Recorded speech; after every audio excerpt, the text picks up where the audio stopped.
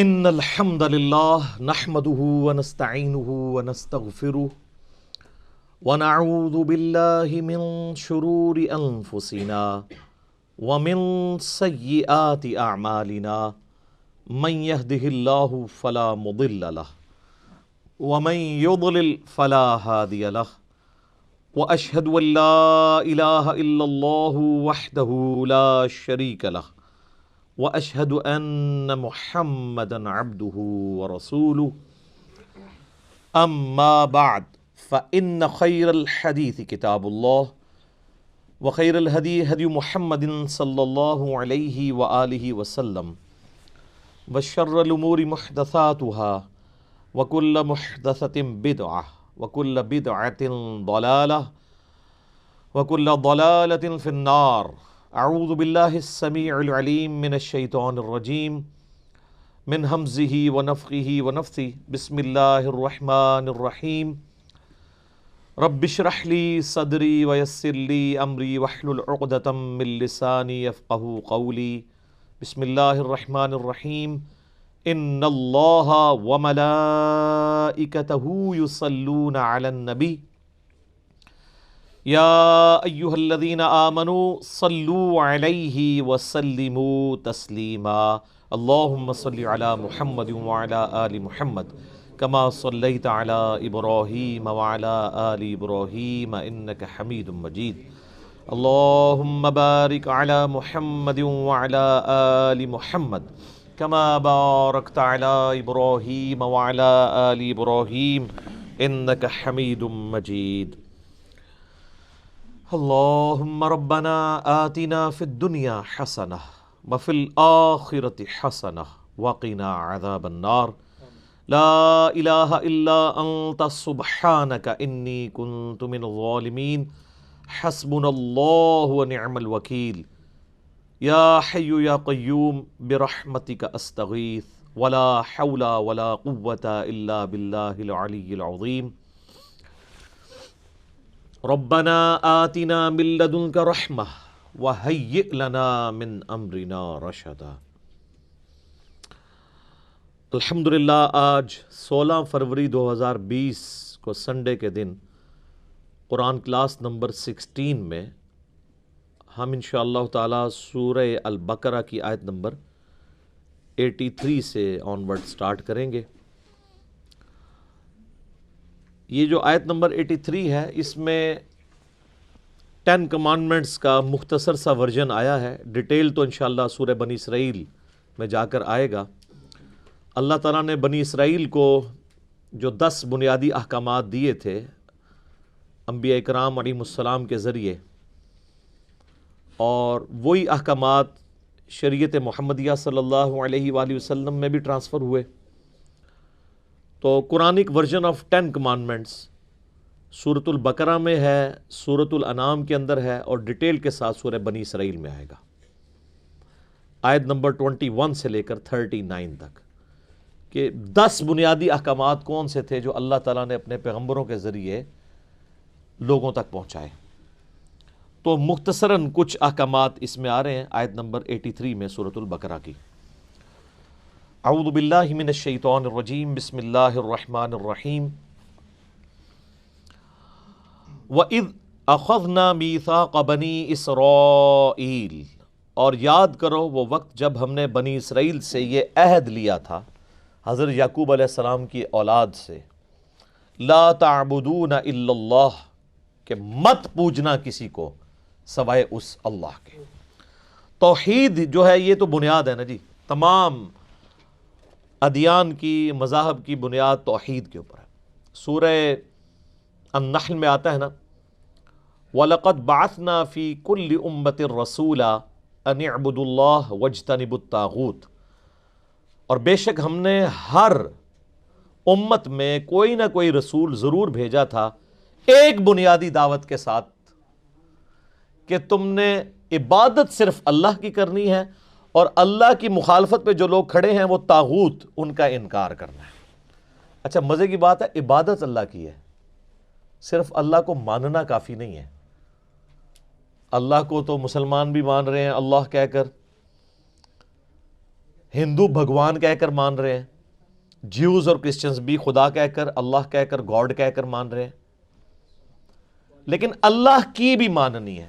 اللہ کی ماننا اصل میں اللہ کی عبادت ہے، ٹوٹل اوبیڈینس آف گاڈ، اطاعت اللہ کی اختیار کرنا اس طریقے پر جو اس نے اپنے پیغمبروں کے ذریعے سکھایا، اسے کہتے ہیں عبادت۔ تو تمام الہامی کتابوں کی دعوت کا خلاصہ توحید ہے، ایک اللہ کی عبادت کرنی ہے، اور عبادت کی ڈیفینیشن وہی ہے، ایاک نعبد و ایاک نستعین۔ عبادت بھی اللہ کی ہوگی، اور عبادت کی اعلیٰ ترین شکل دعا میں مدد کے لیے صرف اللہ کو پکارا جائے گا۔ اب عبادت کی جتنی شکلیں ہیں، نماز ہو اور نماز کے اندر جتنے پوسچر ہیں، رکوع، سجدہ، عاجزی کے ساتھ کسی کے سامنے کھڑے ہونا، نظر، نیاز، منت، سب کی سب چیزیں ایک اللہ کے لیے ہیں، اور سب سے بڑھ کر مشکل کشا، حاجت روا ایک اللہ کو مانا جائے، وہ ہے ایاک نستعین۔ اچھا، عبادت میں نستعین بھی شامل تھا، الگ سے کیوں ذکر کیا ہے؟ اللہ کو پتا تھا سب سے زیادہ شرک اس میں ہونا ہے۔ آج دنیا میں کوئی مسلمان نہیں ہے جو یہ کہتا ہو کہ میں رسول اللہ کی عبادت کرتا ہوں، نعوذ باللہ۔ لیکن شرک فی دعا، پکارنے میں جو شرک ہے، مسلمانوں کی اکثریت میں پایا جاتا ہے۔ مسلمانوں کی اکثریت سورۃ الفاتحہ کا ٹیسٹ پاس نہیں کرتی، اور اس کے پیچھے وجہ جو ہے وہ علماء ہیں جنہوں نے دین کو بگاڑ کر ان کے اندر داخل کیا ہے۔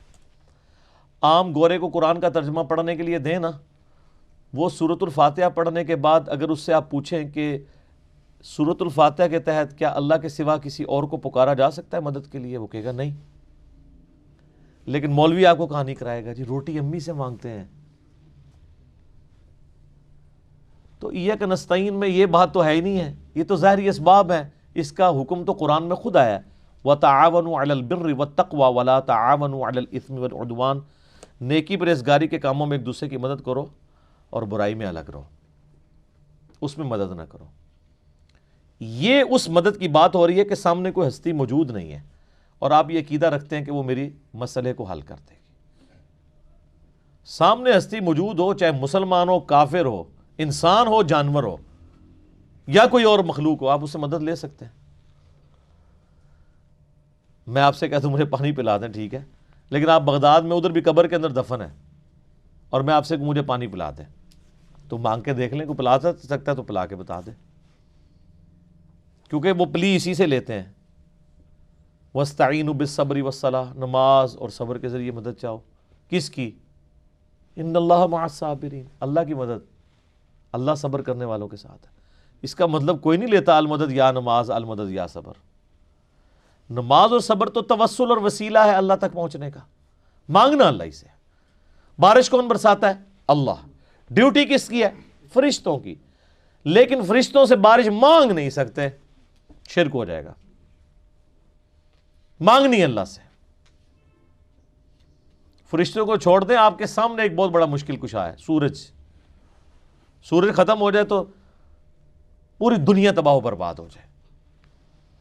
سورج کی وجہ سے ہی تو سبزہ اگتا ہے، سورج کی وجہ سے موسم تبدیل ہوتے ہیں، سورج کی وجہ سے ہی پانی کا واٹر سائیکل چل رہا ہے۔ نہ سورج ہو تو نہ سمندروں کا پانی ایویپوریٹ ہو کے گلیشیئرز کی فارم میں سٹور ہو یا بارش کی شکل میں ہمارے پاس آئے، یہ سب کچھ ختم ہو جائے تو کسی کے وہم میں بھی یہ چیز بات آتی ہے کہ وہ کہے کہ المدد یا سورج میری مدد فرمائیے۔ جن بزرگوں کو لوگ پکار رہے ہیں نا، ان کا مشکل کشا بھی سورج ہے، ظاہری اسباب میں۔ تو پھر بابوں کو بھی پکار دیا کرنا ہے، تو ہم تو ریکویسٹ ہی کر سکتے ہیں کیا کہ مرنے سے پہلے اے مسلمان کر لے اس پہ غور، کتابوں کا خدا اور ہے، بابوں کا خدا اور۔ جس خدا کا تعارف کتابیں کرواتی ہیں وہ اور خدا ہے، اور جس کا تعارف بابے کرواتے ہیں وہ اور خدا ہے۔ وہ کوالٹیز اللہ کی نہیں ہے، وہ ان کا کوئی تصور ہے جس کو انہوں نے خدا کا نام دے دیا ہے۔ اللہ کا تصور وہ ہوگا جو پیغمبروں کے ذریعے ہوگا، اس کی کتابوں کے ذریعے ہوگا۔ تو ہم نے بنی اسرائیل سے عہد لیا تھا مت پوجنا کسی کو سوائے اللہ کے، وبالوالدین احسانا، اور والدین کے ساتھ احسان کرنا۔ قرآن حکیم میں 4 مقامات ایسے ہیں جہاں پر توحید کے فوراً بعد والدین کے ساتھ حسن سلوک کا ذکر ہے، ان میں سے یہ پہلا مقام ہے۔ اس کے بعد سورۃ الانعام میں، پھر سورہ بنی اسرائیل میں 10 کمانڈمنٹس آئیں گی، اور پھر سورہ لقمان میں، وہاں پہ بھی ماں باپ کے ساتھ حسن سلوک کا ذکر ہے۔ حقوق اللہ میں جس طرح توحید اور توحید فی الدعا، توحید فی العبادہ امپورٹنٹ ہیں، حقوق العباد میں پہلا حق ماں باپ کا ہے، اور اس کا ذروہ سنام، ایپیکس اور چوٹی سورہ بنی اسرائیل میں آئے گی۔ وہاں تو یہاں تک آیا کہ ماں باپ کو اف بھی مت کہنا، اور اگر دونوں یا دونوں میں سے ایک بڑھاپے کی حالت میں تمہیں ملے تو ان کے سامنے اپنے عاجزی کے ساتھ کندھے جھکا کر رکھنا، ان کو اف تک مت کہنا، اور ان کے لیے دعا کرنا کہ اے اللہ ان پہ بھی رحم فرما، جس طرح بچپن میں انہوں نے مجھ پہ رحم کر کے مجھے پالا تھا۔ تو والدین کو چونکہ اللہ تعالیٰ نے دنیا میں آنے کا ذریعہ بنایا انسان کا، اور وہ کتنی مشقت کر کے پال پوس کے بڑا کرتے ہیں، ظاہری اسباب میں سب سے بڑا ذریعہ والدین کو بنایا، لہٰذا ان کا حق بھی سب سے زیادہ ہے۔ اور اس کے بعد وذی القربیٰ، اور قریبی رشتہ داروں کے ساتھ بھی احسان کرنا، والیتامیٰ، اور یتیموں کے ساتھ، والمساکین، اور مساکین کے ساتھ، مسکین لوگ، غریب لوگ جن کے لیے 2 وقت کی روٹی ایشو ہے، اگر آپ ان کے لیے صدقہ اور خیرات کر سکتے ہیں تو وہ ضرور کریں۔ وَقُولُوا لِلنَّاسِ حُسْنًا، اور لوگوں سے اچھی بات کرنا۔ اچھا، بعض لوگ اس کا ترجمہ یوں کر دیتے ہیں کہ لوگوں سے حسن اخلاق سے پیش آنا، وہ بھی درست ہے۔ حسن اخلاق سے پیش آنا یہی ہے کہ اس سے اچھی بات کرنا، یہ نہیں ہے کہ مسکراتے ہوئے اسے گناہ کی دعوت دینا۔ لوگ یہ سمجھ رہے ہوتے ہیں کہ بڑی ایکٹنگ کر کے بولنا یہ حسن اخلاق ہے۔ حسن اخلاق یہ ہے کہ اخلاقیات کیا ہیں، ہم کن چیزوں کو غیر اخلاقی کہتے ہیں، جو انبیاء کی تعلیمات کے مخالف ہوتی ہیں، جو انبیاء اکرام علیہ السلام نے چیزیں تعلیم فرمائی ہیں، وہ اعلیٰ درجے کی اخلاقیات ہیں۔ یعنی کسی کو نماز کی طرف بلانا، یہ اخلاقیات ہے۔ کسی کو کہنا جھوٹ مت بولو، یہ اخلاقیات ہے۔ کسی کو کہنا کہ کاروبار میں ڈنڈی مت مارو، یہ اخلاقیات ہے۔ کسی کو کہنا کہ تم اپنے ماں باپ کے ساتھ حسن سلوک کرو، اپنے بہنوں اور بھائیوں کا حق وراثت میں مت دباؤ، یہ اخلاقیات ہے۔ حرام خوری مت کرو، یہ اخلاقیات ہے۔ اچھا، ہمارے معاشرے میں اخلاقیات یہ ہے کہ کوئی جو بھی الٹا کام کر رہا ہو اس کے ساتھ مسکرا کے بات کرے کہ لگا رہا جیسے لگا ہے، یہ اخلاقیات نہیں ہے۔ یہ انڈیا، پاکستان، بنگلہ دیش کی اخلاقیات ہیں۔ پھر میں کیوں نہ کہوں کہ مرنے سے پہلے اے مسلمان کر لے اس پہ غور، کتابوں کا خدا اور ہے، بابوں کا خدا اور۔ یہ سیکھنا ہوگا، یہ قیامت ہے اس کے اندر مضمر۔ اللہ کا وہ تعارف مانا جائے گا جو اس نے خود کروایا ہے اپنے انبیاء کے ذریعے، کتابوں کے ذریعے۔ وَأَقِیمُوا الصَّلَاةَ، اور نماز کو قائم کرنا، وَآتُوا الزَّکَاةَ، اور زکوٰۃ ادا کرتے رہنا۔ آپ دیکھ لیں کہ توحید کے فوراً بعد حقوق العباد کا ذکر آیا ہے، اور اس کے بعد نماز کا ذکر آیا ہے، اس امپورٹنس کو بتانے کے لیے کہ نمازوں کا خدا اور نہیں ہے، نمازوں کا خدا بھی وہی ہے جو ماں باپ کا خدا ہے۔ اسی خدا نے ماں باپ کے ساتھ حسن سلوک کا کہا ہے جس نے نماز پڑھنے کا کہا ہے، لیکن پرائورٹی اس لیے کی کہ بعض اوقات دین پہ چلنے والے لوگوں سے حقوق العباد کے معاملے میں سستی ہو جاتی ہے، تو اسی چیز کو ہائی لائٹ کیا، اور یہ سٹائل آپ کو قرآن حکیم میں بارہا آئے گا کہ اللہ تعالیٰ نے توحید کے فوراً بعد حقوق العباد کا ذکر کیا اور اس کے بعد عبادات کا ذکر کیا۔ کیونکہ جو لوگ پریکٹسنگ مسلمان ہوتے ہیں نا، تو شیطان ان پہ پہلا حملہ یہ کرتا ہے کہ وہ اپنے گیٹ اپ میں تو اسلام نافذ کر لیتے ہیں، نماز بھی پڑھنا شروع کر دیتے ہیں، لیکن اپنے معاملات میں انتہائی برے ہوتے ہیں۔ اور اس کا گلہ آپ اکثر لوگوں سے سنتے ہوں گے، وہ دیکھیں جی انہیں داڑھی رکھی ہے، داڑھی رکھ کے پہ کیا کرتا ہے، ویکھو انہوں۔ پھر داڑھی والے بھی کہہ رہے ہوتے ہیں جی داڑھی کا اس میں کیا قصور ہے؟ داڑھی کا قصور نہیں سر، آپ کا قصور ہے۔ لوگ یہ ایکسپیکٹ کر رہے ہیں کہ ایک بندہ پریکٹسنگ مسلمان ہے تو اسے الٹی حرکتیں نہیں کرنی چاہیے۔ کیوں؟ اس داڑھی کے اگینسٹ آپ عزت بھی تو عام بندے سے زیادہ اویل کر رہے ہیں. جب آپ عزت ڈبل اویل کر رہے ہیں تو سر جب پھر آپ کی پکڑ کی باری آئے گی نا, پھر آپ پہ پکڑ بھی ڈبل ہوگی. یہ تو نہیں ہے پریویلیجز ہی لینی ہے آپ نے, انہی کو کیش کروانا ہے.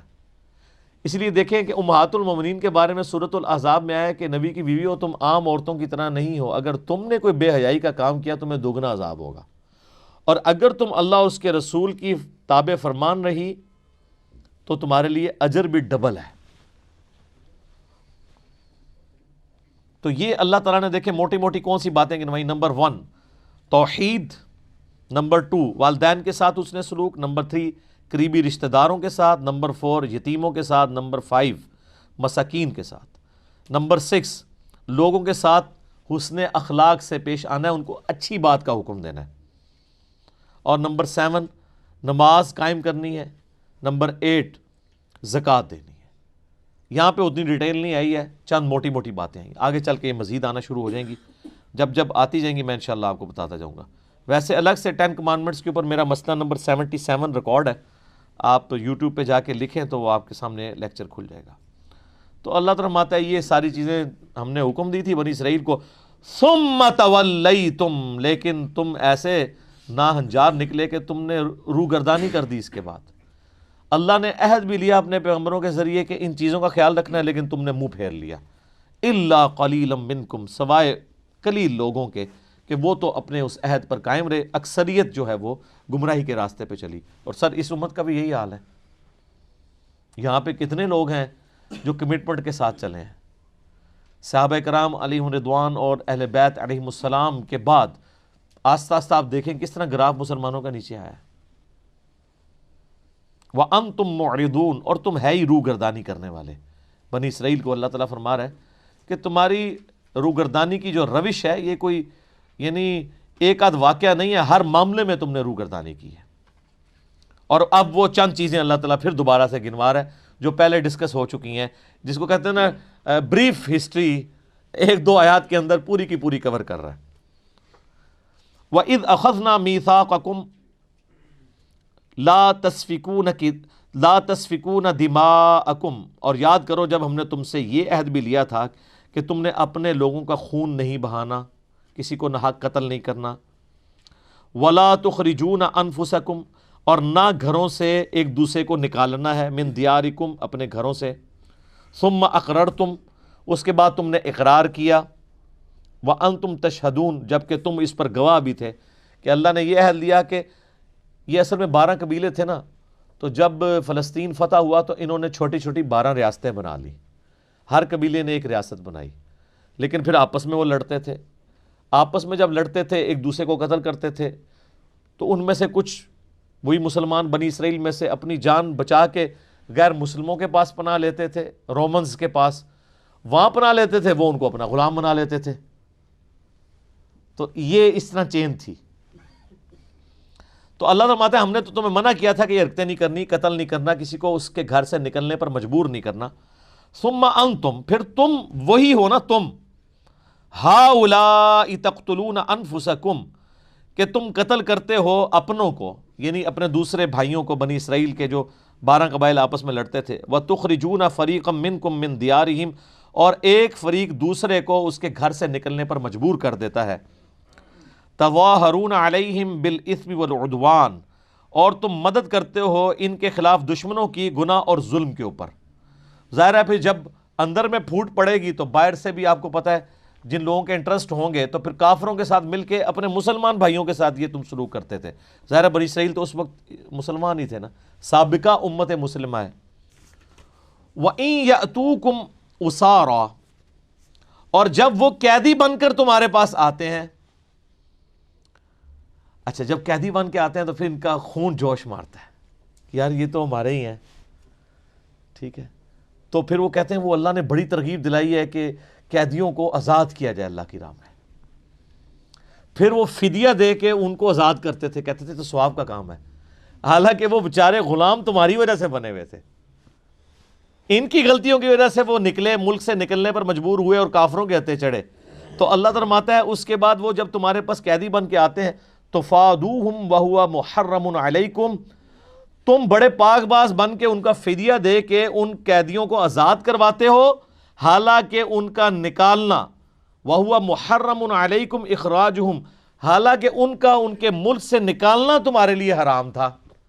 اصل حرام تو تم نے کیا نا، کہ ان کو اپنے ملک سے نکلنے پر مجبور کیا، اس کی وجہ سے وہ کافروں کے غلام بنے، اور جب غلام بن کے وہ بازار میں بک رہے ہوتے ہیں اور تمہارا خون جاگتا ہے کہ یہ تو ہمارے اسرائیلی بھائی ہیں، تم پیسے دے کے ان کو چھڑواتے ہو اور کہتے ہو یہ ثواب کا کام ہے، تو یہ اللہ تعالیٰ پھکی دے رہا ہے، یہ پھکی ہے، اینٹی وینم ہے کہ یہ تو بڑا ثواب کا کام کر رہے ہو، بتاؤ یہاں تک پہنچے کس کی وجہ سے ہے؟ جو میں نے مولانا طارق جمیل صاحب کو کہا تھا نا، وہ کہتے ہیں میں نے علماء کو جراثیم نہیں کہا، میں نے کہا تھا انڈیا پاکستان سے جو لوگ آتے ہیں تو وہ جراثیم لے کر یورپ میں آتے ہیں، یہاں بھی فرقہ وارانہ، تو میں نے کہا شیخ صاحب یہ جراثیم ان کو لگاتا کون ہے؟ کسی گھوڑے کو ہاتھ لگایا تھا انہوں نے، یا کسی اسکواش کے پلیئر کو ہاتھ لگ گیا تھا غلطی سے ان کا، یا کسی پولیٹیشین کو ہاتھ لگا تھا، یا مولویوں کا ہاتھ لگ گیا تھا؟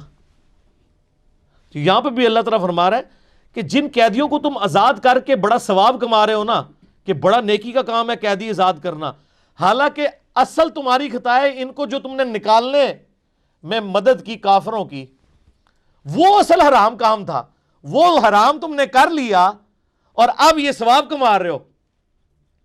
تمہارے حرام کام کی وجہ سے تو بیچارے قیدی ہوئے تھے، تو تم نے وہ حرام کام کیا کیوں کہ وہ بیچارے اس نہج تک پہنچتے۔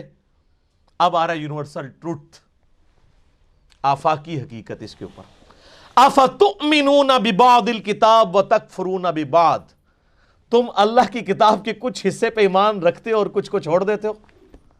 یعنی اس پہ تو ایمان رکھا تم نے کہ قیدیوں کو آزاد کرنا ثواب کا کام ہے، لیکن جو ان کو قتل کر کے یا ان کو مجبور کیا اپنے ملک سے نکلنے پر، وہ بھی تو اللہ نے کتاب میں ہی نازل کیا تھا، اس پہ تو تم ایمان نہیں لے کر آئے۔ آدھے دین اپنی مرضی کا لے لیا اور آدھا دین اپنی مرضی سے چھوڑ دیا، اور یہ سب کچھ ہم بھی کر رہے ہیں۔ یہ مسلمانوں کے اندر یہ رائج ہے کہ وہ رمضان شریف کا خدا اور ہوتا ہے اور غیر رمضان کا اور۔ رمضان میں ماشاءاللہ یعنی ایسی نمازیں پڑھتے ہیں کہ جو پکے نمازی ہیں وہ بھی پریشان ہو جاتے ہیں کہ یار مطلب ہم بھی اس طرح کی نماز نہیں پڑھ سکتے، لیکن جیسے ہی عید کا چاند نظر آتا ہے تو صبح کا بھی انتظار نہیں کرتے، کیونکہ شیطان رات کو جو آزاد ہو جاتا ہے اسی وقت ویلکم کہتے ہیں۔ اور جناب آپ دیکھ رہے ہیں نوجوانوں کو اسلامی بہنوں کی خدمت کے لیے بازاروں میں گھوم رہے ہوتے ہیں، ٹھیک ہے، کسی نے سودا کسی کا وزنی ہو تو جا کے مدد کر دیں، اس لیے جا رہے ہوتے ہیں نا۔ تو یہ چند دین کے چند حصوں پہ عمل کرنا، بعض کو عمل کرنا، بعض کو چھوڑ دینا، یہ ہر جگہ اپلائی ہوتا ہے۔ قرآن اس لیے تو استعمال ہو رہا ہے کہ جی اس کی تلاوت کی جائے، اور جو اصل مقصد تھا اس پہ عمل کرنا وہ چھوڑ دیا۔ وہ بھی تو قرآن ہی کہہ رہا تھا نا، یہ قرآن اس لیے نازل ہوا ہے تاکہ اس پہ تدبر کرو، اس سے نصیحت حاصل کرو، سورہ صاد کے اندر وہ چھوڑ دیا اور کہا جی قرآن میں ہے کہ جی تلاوت کرو اس کی، قرآن حکیم کی، جیسا کہ تلاوت کرنے کا حق ہے، ٹھہر ٹھہر کے پڑھو۔ یہ عمل ہو رہا ہے، جو اصل مقصد تھا وہ چھوڑ دیا۔ اسی طریقے سے آپ احادیث کی کتابوں میں بھی آ جائیں، اگر نماز کے طریقے کی بات کریں کہ جی بخاری مسلم میں نماز کا طریقہ جو ہے وہ اس طریقے سے لکھا ہوا ہے، رکوع میں جاتے وقت اٹھتے وقت رفع الیدین، وہ کہتے ہیں آپ اس کو چھوڑ دیں، یہ تو اگر ہم کریں گے تو میرے ماں باپ کیا کہیں گے، میرے رشتہ دار کیا کہیں گے، محلے کے مولوی صاحب ہی ہمیں پکڑ لیں گے۔ ہاں بخاری مسلم سے آپ کو درود شریف کی فضیلت بتا دیں، کوئی دعا سکھا دیں، وہ کہیں گے ہاں جی یاد کر لیتے ہیں، اپنی مرضی کا دین لے رہے ہیں۔ تو اب وہ یونیورسل ٹروتھ آ رہا ہے کہ جو لوگ اپنی مرضی کا دین لیتے ہیں، یہ ٹروتھ صرف بنی اسرائیل کے لیے نہیں ہے، قیامت تک کے لیے۔ یہ سورہ بنی اسرائیل میں آگے جا کے ڈیٹیل چیزیں بھی آئیں گی، یہاں پہ سورۃ البقرہ میں سٹارٹ میں یہ جو بنی اسرائیل کے اوپر قرارداد جرم اللہ تعالیٰ نے ان کا مقدمہ کھولا ہے، وہ اس لیے کہ تاکہ امت محمدیہ صلی اللہ علیہ وآلہ وسلم کے لیے عبرت ہو کہ تم لوگوں نے بھی یہ کام نہیں شروع کر دینے جو کر لیے ہیں۔ اللہ کو پتا تھا یہ ہونا ہے، لیکن اللہ تعالیٰ نے خبردار کر دیا۔ جس طرح اللہ کو پتا تھا کہ فرقے بننے ہیں، نبی الاسلام کے ذریعے بتا دیا، لیکن اس سے روک دیا کہ تم نے اس سسٹم کا حصہ نہیں بننا۔ وَاعْتَصِمُوا بِحَبْلِ اللَّهِ جَمِيعًا وَلَا تَفَرَّقُوا۔ وہ کہتے ہیں نہیں یہ حدیث میں پہلے آیا فرقے بننے ہیں، اور یہ تو نہیں آیا کہ فرقے بناؤ، وہ تو خبر تھی. جیسے مسلم شریف میں حدیث ہے کہ عورتیں قرب قیامت میں ایسا چست لباس پہنیں گی گویا ننگی ہوں.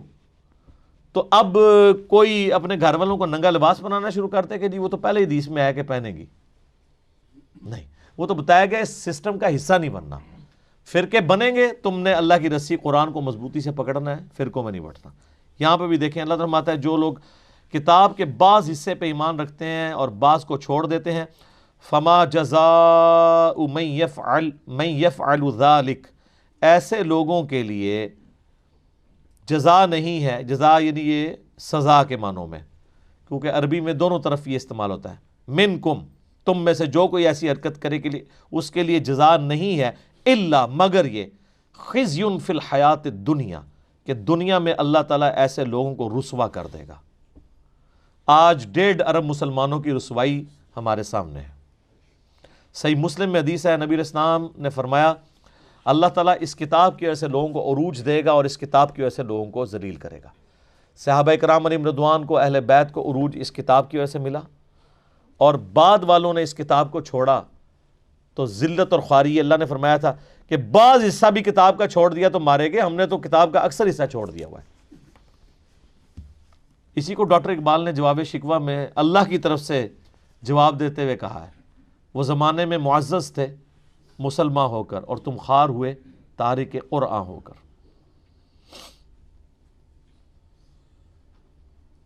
وَيَوْمَ الْقِيَامَةِ يُرَدُّونَ إِلَىٰ أَشَدِّ الْعَذَابِ, اور قیامت والے دن شدید عذاب میں جھونکا جائے گا. یعنی دنیا میں تو رسوائی ہونی ہے, آخرت کا بھی جو ادھار باقی ہے نا وہ تو بہت ہی شدید ہے. دنیا میں تو یعنی زیادہ سے زیادہ کوئی کتنا جی لے گا رسوائی کے لیے, 60 70 80 سال, لیکن آخرت کا جو عذاب ہے وہ تو بہت شدید بھی ہے, لمبا بھی ہے, وہ ابھی باقی ہے.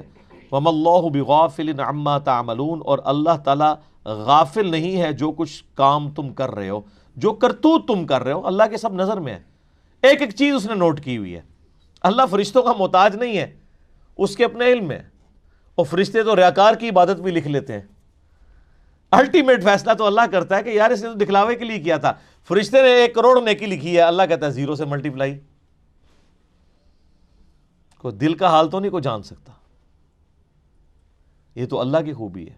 یا اللہ کسی کو مطلع کر دے اپنے پیغمبروں میں سے, فرشتوں میں سے, جس کے لیے چاہے. اولئک الذین اشتروا الحیات الدنیا بالآخرہ, یہ وہ لوگ ہیں جنہوں نے دنیا کی زندگی حاصل کر لی ہے آخرت کے بدلے میں. آخرت بیچ دی, دنیا خرید لی. حالانکہ سمجھدار وہ ہے جو دنیا بیچ کے آخرت لے, جو سورہ توبہ میں ہے کہ اللہ تعالیٰ نے مومنین کی جانیں اور مال جنت کے بدلے میں خرید لی ہیں. ایسی بیعت کے اوپر, ایسی تجارت کے اوپر ایمان والوں کو چاہیے وہ خوشیاں منائیں کہ اللہ کے آگے انہوں نے اپنی جان اور مال بیچ دیا, اس کے بدلے میں اللہ نے ان کو جنت دے دی. اور یہاں پہ اللہ تعالیٰ ہمارا ان لوگوں کی روش یہ ہے کہ انہوں نے دنیا کی زندگی خریدی ہے, آخرت کو داؤ پہ لگا دی ہے. وَلَا يُخَفَّفُ عَنْهُمُ الْعَذَابِ, ان لوگوں سے عذاب ہلکا نہیں کیا جائے گا. وَلَا هُمْ يُنصَرُونَ, نہ وہاں پر ان کا کوئی مددگار ہوگا.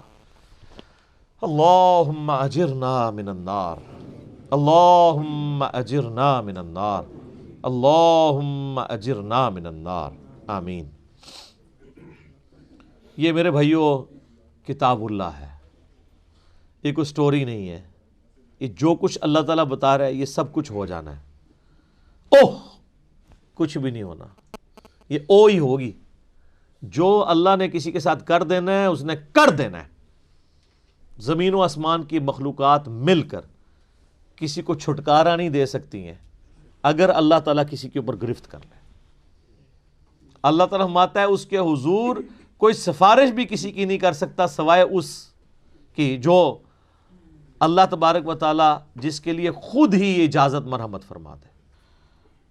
اب میرے بھائیوں پھر بنی اسرائیل کی ہسٹری کی طرف لوٹا جا رہا ہے کہ انہوں نے کس طریقے سے وقت کے پیغمبروں کا انکار کیا اور پھر اللہ تبارک و تعالیٰ نے ان پر کیسے عتاب فرمایا. وَلَقَدْ آتَيْنَا مُوسَى الْكِتَابَ, اور بے شک ہم نے موسیٰ علیہ السلام کو الکتاب یعنی تورات دی تھی، وقفینا من بعدہ بالرسل، اور ان کے بعد پے در پے ہم نے رسول بھیجے، یعنی موسیٰ علیہ السلام فوت ہونے سے پہلے یوشع ابن نون کو اپنا خلیفہ بنا گئے، اور ٹل حضرت عیسیٰ علیہ السلام تک مسلسل 1400 سال ایک پیغمبر دنیا سے جانے سے پہلے اپنی جگہ ایک اور دوسرے پیغمبر کو خلیفہ بنا کے جاتا تھا۔ اور بخاری مسلم دونوں میں حدیث موجود ہے کہ بنی اسرائیل کا انتظام ہمیشہ پیغمبروں کے ہاتھ میں ہی رہا، جب ایک پیغمبر فوت ہوتا تھا وہ دوسرے کو اپنی جگہ خلیفہ بنائے گا، جبکہ میری امت میں پیغمبر نہیں ہوں گے، خلفاء ہوں گے۔ تو یہاں پہ اسی کی طرف اشارہ ہے کہ موسیٰ علیہ السلام اور ان کے بعد پے در پے رسول آئے، اور الٹیمیٹلی اللہ تعالیٰ کی قدرت کا بہت بڑا نمونہ، اللہ تعالیٰ کی قدرت کا شاہکار سیدنا عیسیٰ ابن مریم علیہ السلام وہ تشریف لے کے آئے جو بنی اسرائیل کے آخری پیغمبر تھے، بنی اسرائیل کے، اور اسی کا ذکر آیا وَآتَيْنَا عِيسَى ابْنَ مَرْيَمَ الْبَيِّنَاتِ، اور ہم نے عیسیٰ ابن مریم کو تو بہت بڑے بڑے معجزات دیے تھے، وَأَيَّدْنَاهُ بِرُوحِ الْقُدُسِ، اور روح قدس کے ذریعے ان کی مدد کی تھی۔ یعنی بنی اسرائیل میں حضرت عیسیٰ علیہ السلام کے لیول کا اور کوئی پروفٹ نہیں تھا معجزات کے اعتبار سے۔ جبرائیل علیہ السلام کے ذریعے اللہ نے مدد کی، سورہ آل عمران میں، سورۃ المائدہ میں اور سورہ مریم کے اندر 3 صورتوں میں ان کے معجزات کا ذکر ہے کہ وہ مٹی کی مورت بنا کر اس میں پھونک مارتے تھے، اللہ کے اذن سے وہ پرندہ بن جاتی تھی، مردے کو اللہ کے اذن سے زندہ کر لیتے تھے، اور وہ ان کے پیغمبر ہونے کی گواہی دیتا تھا، پھر وہ مر جاتا تھا۔ یہ نہیں ہے کہ زمین پہ چلنا پھرنا شروع کر دیتا تھا، نہیں، وہ تو سورہ یاسین میں اللہ تعالیٰ نے واضح فرما دیا ہے کہ جو مر چکے ہیں نا وہ دنیا میں نہیں واپس اب آنے کے۔ سورۃ الواقعہ میں بھی ذکر موجود ہے۔ تو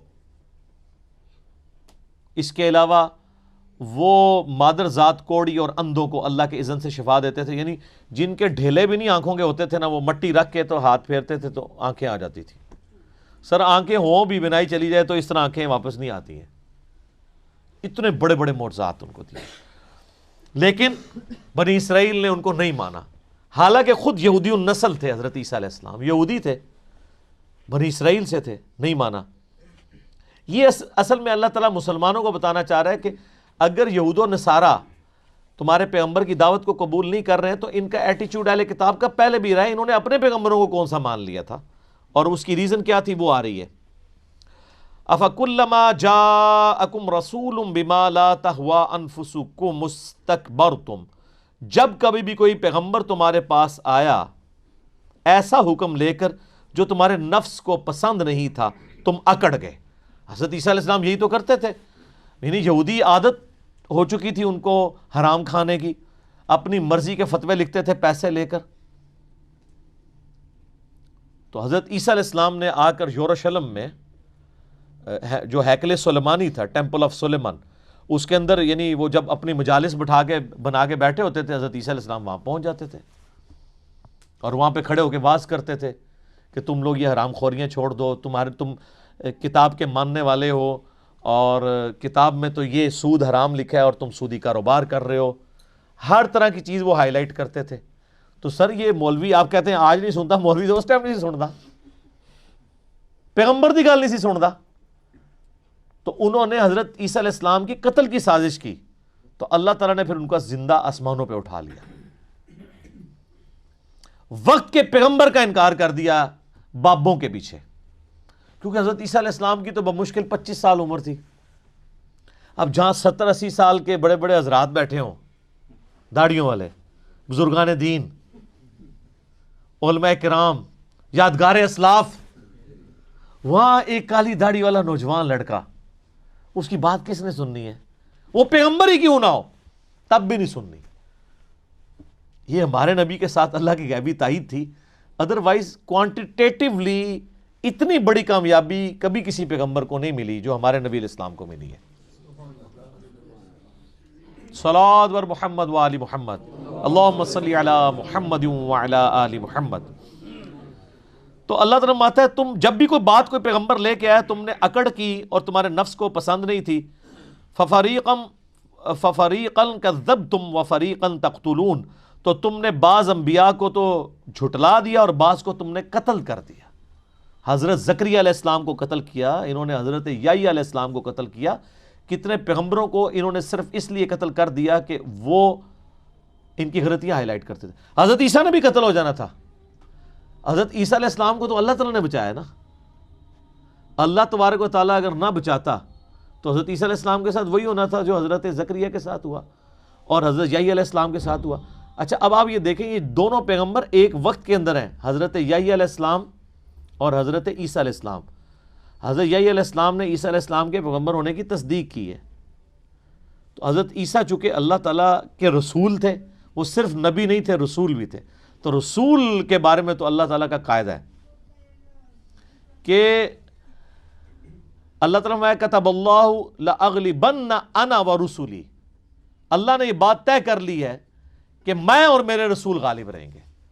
چونکہ رسولوں کو اللہ تبارک و تعالیٰ نے غلبہ دینا ہوتا ہے، لہٰذا رسول کبھی قتل نہیں ہوتا،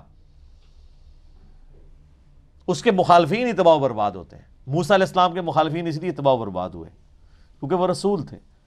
ہمارے نبی علیہ السلام کے مخالفین کو اللہ تعالیٰ نے غزوہ بدر، احد، خندق میں اسی لیے ذلیل و خوار کیا کہ وہ رسول تھے، اللہ نے غلبہ کروایا۔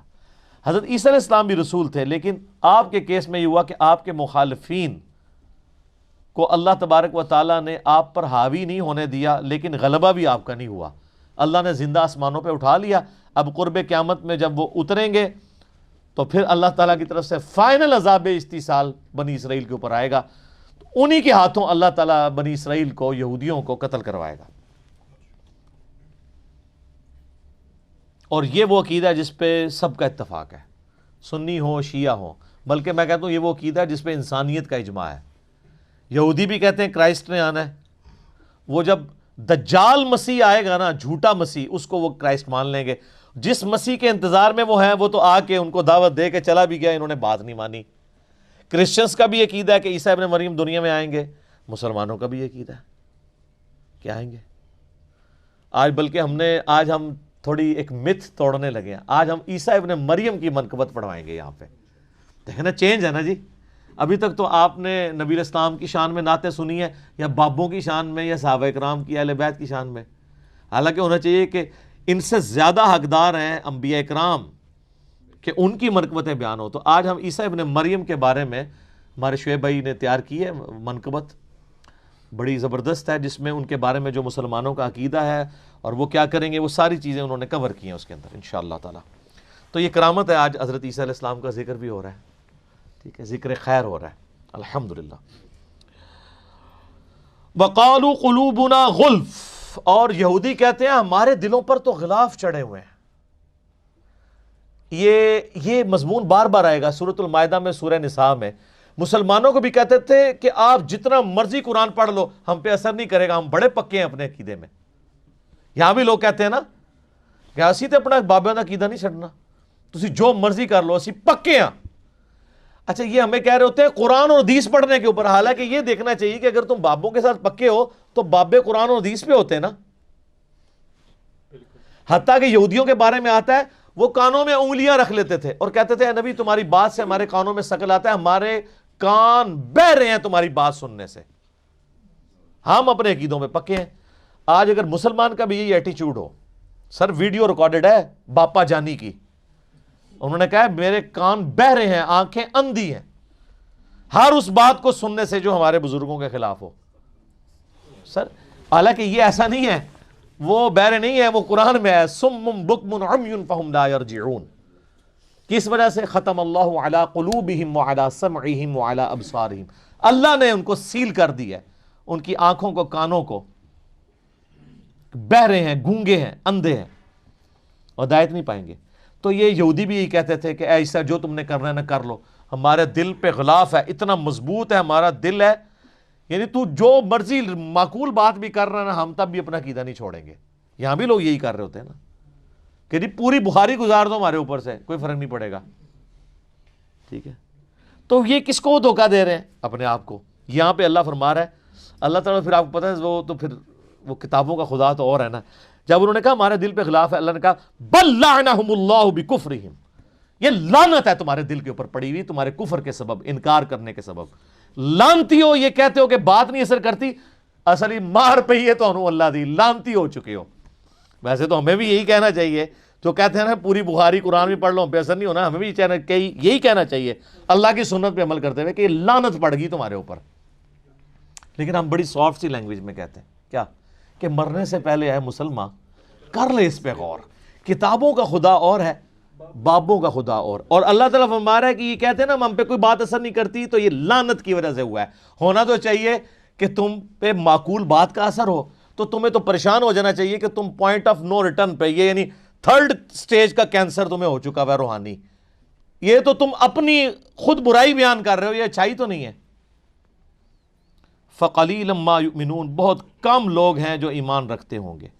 وَلَمَّا جَاءَهُمْ كِتَابٌ مِّنْ عِندِ اللَّهِ, اور جب آ گئی ہماری یہ کتاب اللہ کی طرف سے, یعنی اب قرآن کا اللہ ذکر کر رہا ہے. ہسٹری بتاتا ہے کہ یہ بنی اسرائیل وہ ناہنجار ہیں, انہوں نے اپنے یہودی پیغمبر عیسیٰ ابن مریم علیہ السلام کا انکار کر دیا تھا, تو ہمارے اس پیغمبر کو جو بنو اسماعیل میں سے ان کو کیسے ماننا ہے. اب جب یہ کتاب ان کے پاس آئی ہے مصدق لما معہم, اس حال میں آئی ہے کہ جو کتابیں وہ خود مانتے ہیں نا, ان کتابوں کو یہ کتاب تصدیق کرنے والی ہے. یہ نہیں ہے کہ یہ کہہ رہی ہے کہ تسی سارے غلط ہو, چلو پھر تھوڑی کنفرنٹریشن آ جاتی ہے کہ یار یہ کتاب کہہ رہی ہے تورات بھی غلط انجیل بھی غلط, تو بندے کو دشمنی آتی ہے. جب یہ کتاب کہہ رہی ہے کہ تورات انجیل بھی اللہ کی کتابیں ہیں, اب کیا دشمنی ہے. اور تصدیق میں کیا قیامت مضمر ہے. تصدیق اس اعتبار سے بھی ہے کہ یہ کتاب کہتی ہے کہ تورات اور انجیل اللہ کی کتابیں ہیں, اور تصدیق اس اعتبار سے بھی ہے کہ تورات اور انجیل نے کہا تھا کہ پیغمبر آخر الزمان آئیں گے, ان پر کتاب نازل ہوگی صلی اللہ علیہ وآلہ وسلم. تو تمہاری کتاب جھوٹی ہو جانی تھی اگر یہ کتاب نازل نہ ہوتی. کیوں؟ تورات اور انجیل کی پروفیسیز اگر پوری نہ ہو تو کتابیں جھوٹی ہو جائیں گی نا.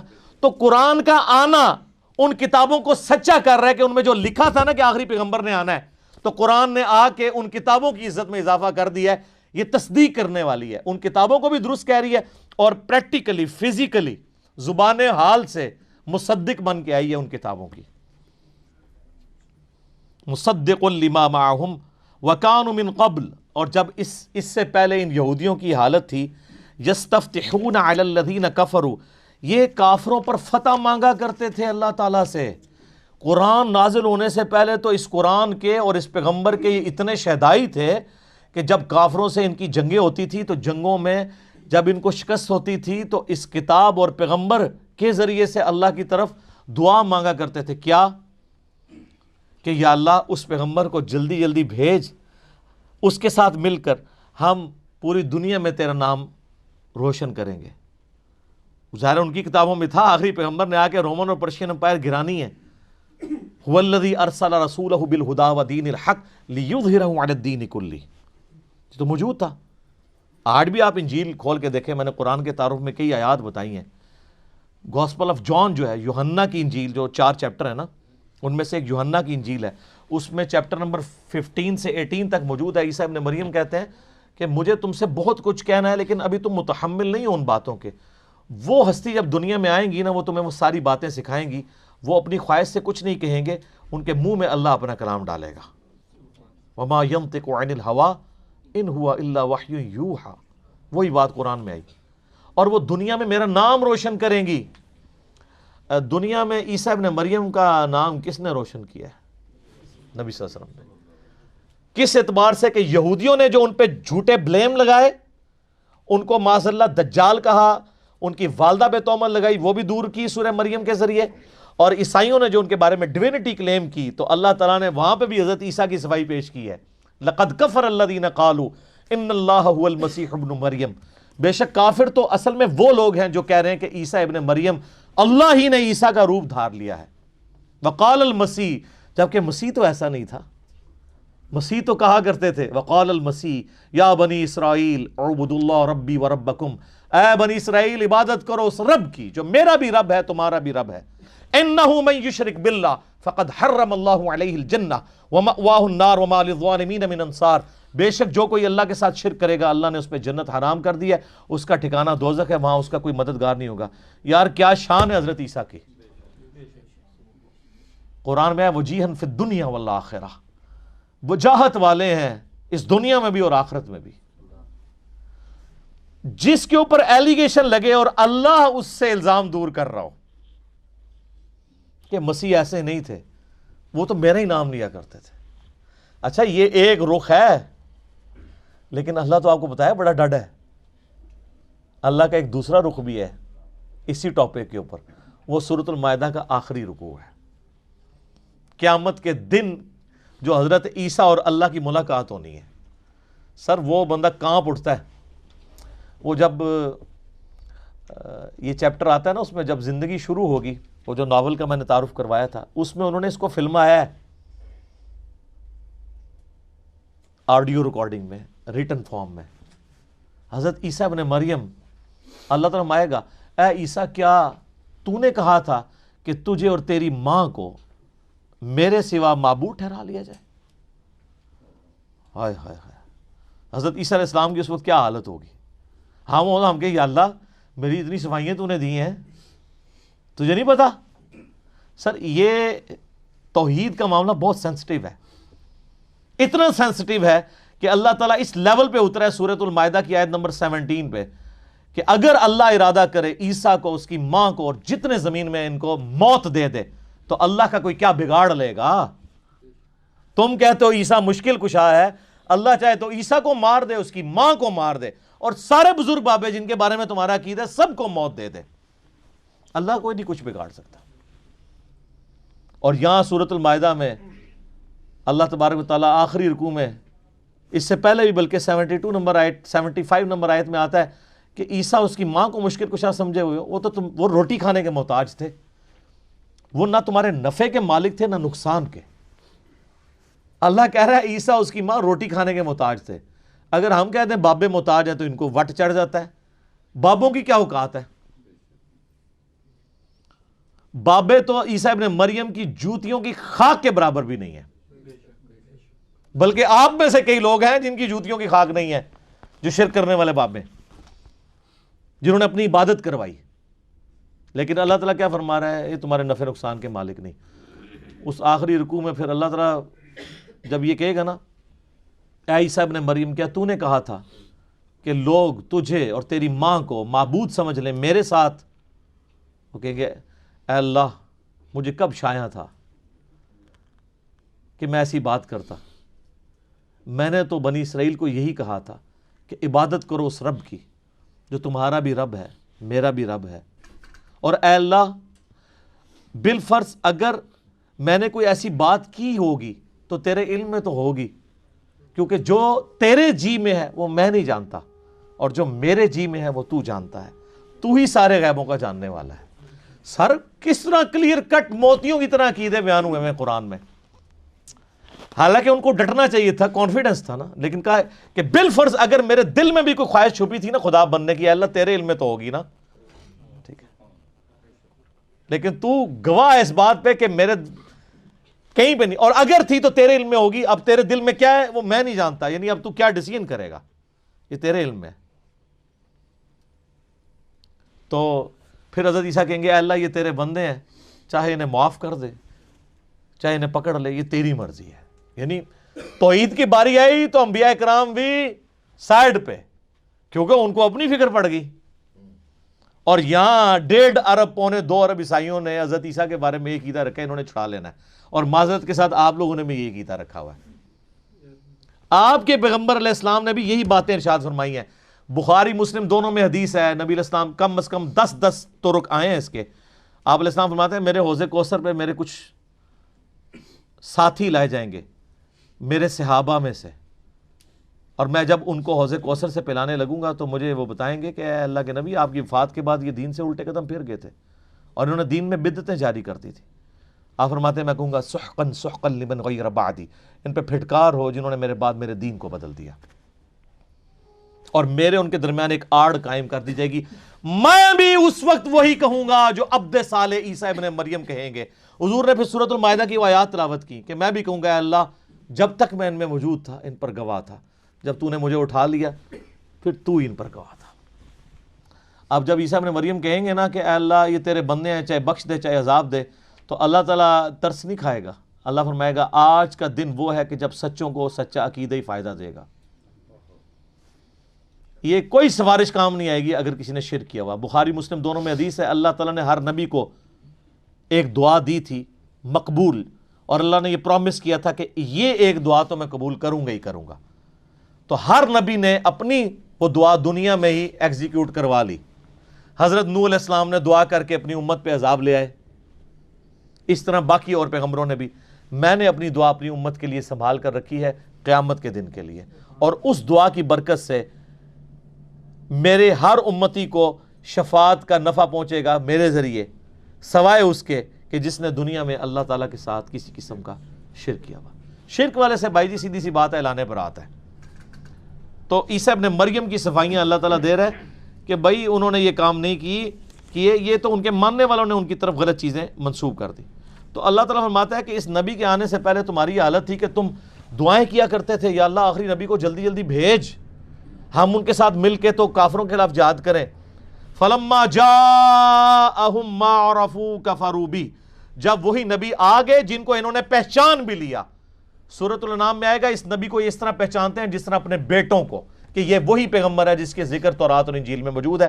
پھر بھی انہوں نے بغیم بینہم کی وجہ سے، ارج ٹو ڈومینیٹ، زدم زدہ انکار کیا.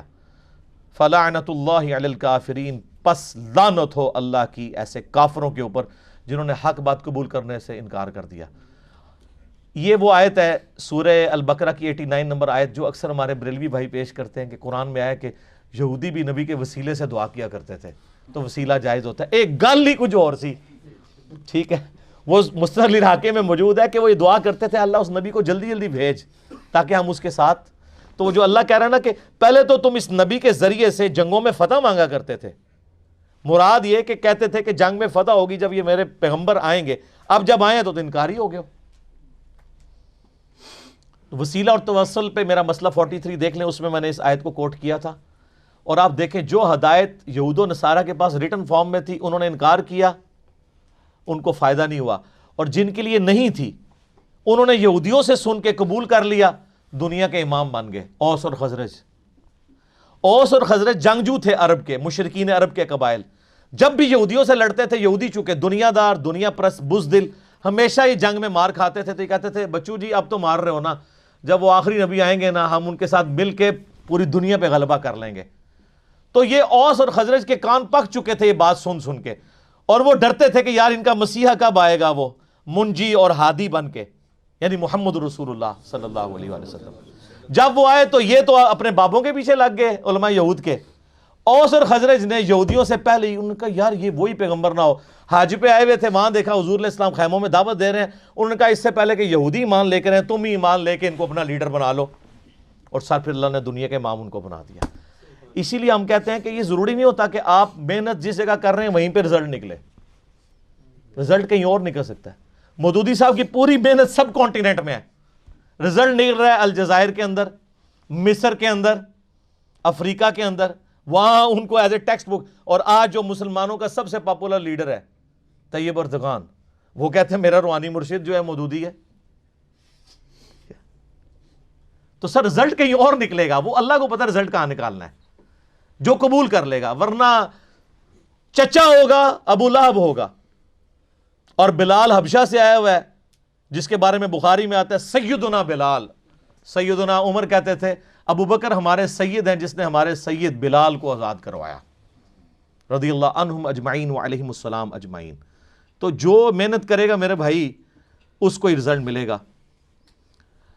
میرے خیال ہے اسی آیت کے اوپر ہم کنکلوڈ کرتے ہیں. اگلی دفعہ انشاءاللہ یہیں سے اس کو آگے لے کے چلیں گے کہ اللہ تعالیٰ نے وہ ہدایت جو یہودیوں کے لیے ڈائریکٹلی ہدایت کا سبب تھی، انڈائریکٹلی وہ ان کے لیے جو اوس اور خزرج تھے مشرکین عرب کے قبائل ان کے لیے بنا دی. تو آپ دیکھ لیں سر پھر وہ کیسے اوپر گئے ہیں، نبی علیہ السلام کا کیسا انہوں نے ساتھ دیا ہے. مہاجرین تو میرے بھائی 125 تھے، باقی تو سارے انصار مدینہ تھے. انصار مدینہ اوس اور خزرج تھے. اوس کے سردار تھے سیدنا سعد ابن معاذ، اور خزرج کے سیدنا سعد ابن عبادہ رضی اللہ عنہما وعلیہم السلام. 155 اصحاب صفا جن کا کوئی سورس آف انکم نہیں تھا، روزانہ ان کا 2 وقت کا کھانا سعد ابن عبادہ کے گھر سے جاتا تھا. پوری امت پہ احسان ہے ان کا.